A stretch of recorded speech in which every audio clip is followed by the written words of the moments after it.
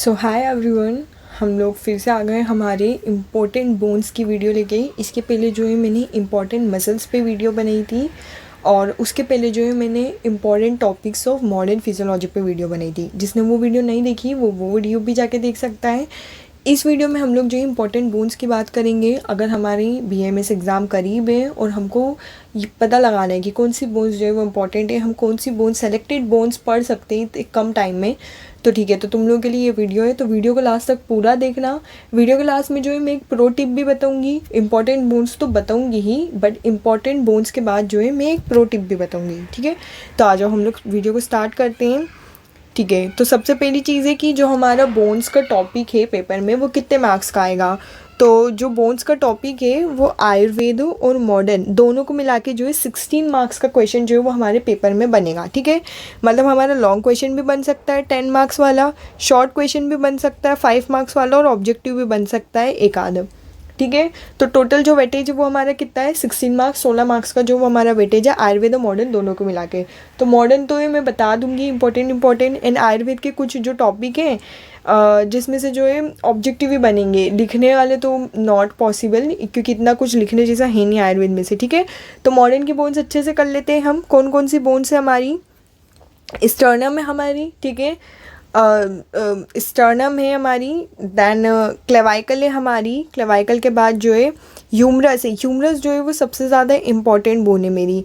एक चीज़ को कर लेना है, यहाँ पे स्टर्नम की जगह जो है स्कैपुला लिख लो। बाय मिस्टेक मुझसे गलती हो गई लिखते टाइम, स्टर्नम की जगह जो है स्कैपुला कर लेते हैं हम लोग, ठीक है। तो कौन सी बोन है, स्कैपुला। ये भी इंपॉर्टेंट बोन है क्योंकि आ सकती है 5 मार्क्स के अंदर।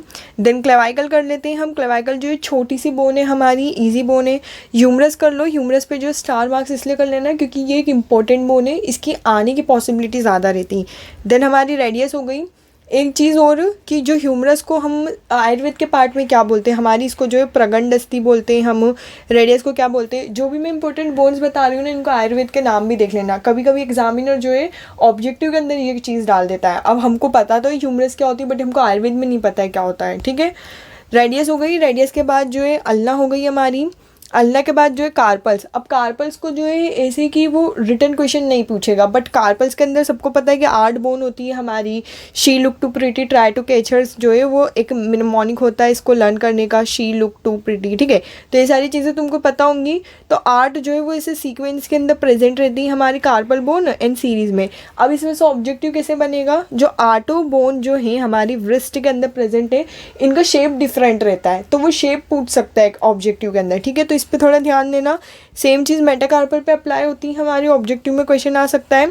Then hip bone, long mark का अगर वो क्वेश्चंस दे रहा है 10 मार्क्स वाला, तो वो हिप बोन पूछ सकता है, ठीक है। पॉसिबिलिटी ज़्यादा है इसके आने की। पटेला को देख लो, चांसेस इसके इतने ज़्यादा नहीं है, बट अगर सारी बोन कंप्लीट होने के बाद तुम लोगों के पास थोड़ा सा टाइम बच रहा है, तो एक बार एटलीस्ट एक बार जो है इसको रीड कर लेना। लर्न भले मत करना, रीड कर लेना। बाय चांस अगर आ गई तो हम कुछ तो लिख के आ जाए उसके अंदर, ठीक है। देन फीमर हो गई हमारी, इंपॉर्टेंट बोन है फीमर भी।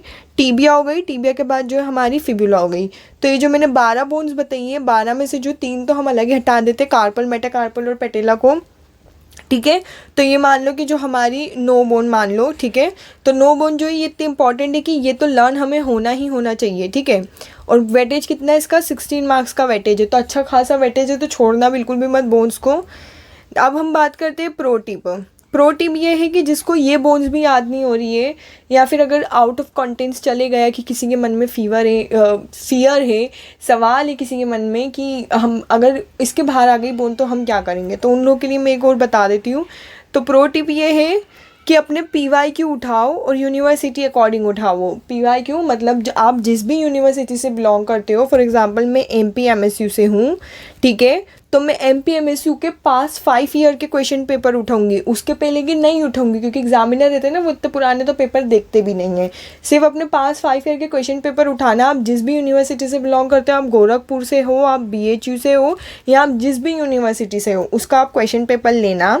5 साल के, और उसमें नोट डाउन कर लेना आप कि ये फलाना ढिमका जितनी भी जो भी 4 5 6 बोन है जो रिपीटेड क्वेश्चन पूछ रहे हैं, एग्जामिनर ने पूछी है, तो वो सारी बोन आप लर्न कर लेना। अगर आपको इस बोन में भी लग रहा है कि अगर क्वेश्चन आउट ऑफ कॉन्टेक्स्ट चले गए हमारे तो मार्क्स चले जाएंगे, ठीक है, तो आप पास 5 ईयर के क्वेश्चन पेपर लेना, उसमें से आप ऑब्जेक्टिव भी देखना कि वो क्या ऑब्जेक्टिव पूछ रहा है, क्योंकि समटाइम होता है कि ऑब्जेक्टिव जो है वो रिपीट हो जाते हैं, 1 2 ऑब्जेक्टिव तो जो है वो रिपीट होते ही होते हैं, ठीक है। तो आपको क्या करना है, पास 5 ईयर के क्वेश्चन पेपर लेने, आपकी यूनिवर्सिटी के अकॉर्डिंग ही लेना है। देन आपको क्वेश्चन देखने कौन कौन सी बोन्स वो पूछ रहा है, और आपको ऑब्जेक्टिव देखना, ऑब्जेक्टिव तो रट लेना यार, ठीक है, जो भी बोन से रिलेटेड ऑब्जेक्टिव वो रट लेना, हो सकता है एक आध का ऑब्जेक्टिव रिपीट हो जाए।